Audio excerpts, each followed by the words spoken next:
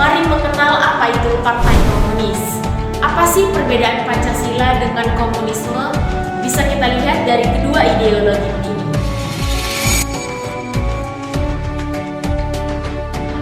Dari sila pertama Pancasila saja kita sudah bisa melihat bahwa sila pertama sudah memiliki nilai kepentingan, sedangkan komunisme tidak memiliki nilai kepentingan dalam beragama. Halo semuanya. Salam sejahtera untuk kita semua. Di sini kami akan menceritakan ulang tentang G30 SPKI. Nama saya Kezia Meika Sinaga. Nama saya Imelda Kanifira Simbolon. Nama saya Bunita Sejabat. Nama saya Makis Alfa Putra Dian Purba. Nama saya Sumantri Timothy Selawan. Nama saya Riansyah Prawira Sibuan. Beragama.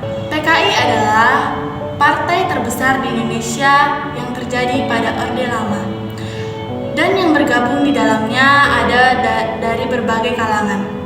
Partai ini didirikan oleh Henk Schelvis. Awalnya didominasikan oleh Belanda, tetapi lama-lama kebanyakan orang Indonesianya. Kekuasaan ini di bawah pimpinan ND Aidit. Anggota partai ini berkembang secara pesat seiring berjalannya waktu, bahkan sampai 3 juta anggota. Pada Maret 1962, PKI bergabung dengan pemerintah.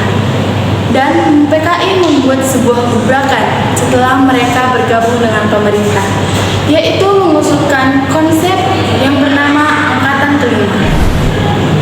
Angkatan Kelima terdiri dari para buruh dan para petani. Tujuannya untuk membantu TNI Angkatan Darat untuk operasi Dwi Korang. Awalnya, tentara Angkatan Darat ini tidak setuju dan malah nggak suka karena takut ada penyelewangan senjata yang dilakukan oleh para PKI. Lalu, perpolitikan Indonesia mulai menegang.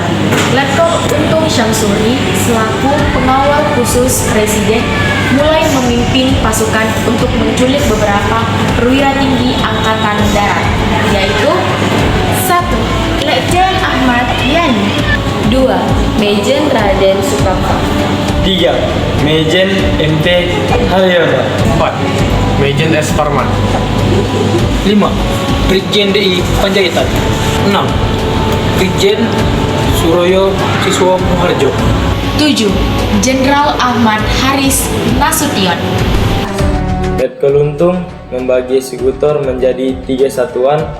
Lalu para prajurit beraksi pada malam hari, yaitu pada hari Kamis tanggal 30 September tahun 1965 sampai di hari Jumat pada tanggal 1 Oktober tahun 1965.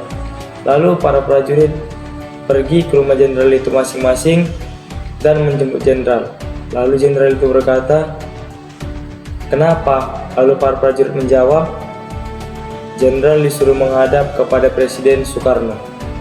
Tapi pada akhirnya Ahmad Yani, MT Haryono, dan DI Panjaitan dihabisi di kediaman mereka masing-masing dan jasad mereka dibawa ke kawasan Pondok Gede, Jakarta Timur.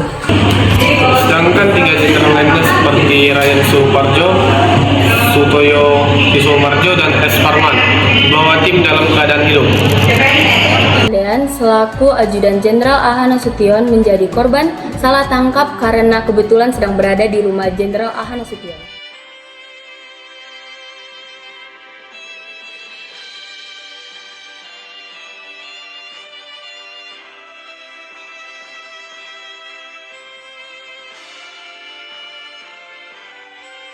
Dan yang gugur pada malam itu dimasukkan ke dalam sumur tua yang tidak terpakai lagi. Dengan diameter 75 cm, Kedalaman 12 meter yang disebut sebagai lubang buaya.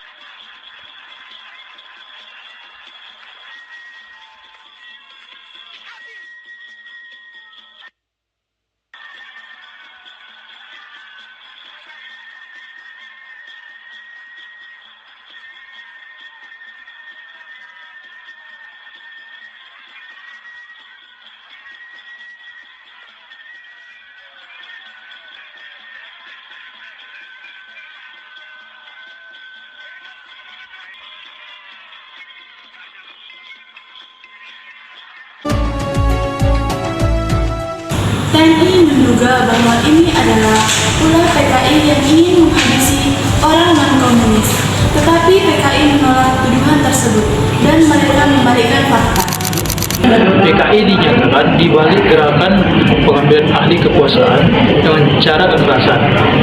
Pada akhirnya dilakukan gerakan 30 SPKI dan melakukan penumpasan anggota partai PKI secara besar-besaran.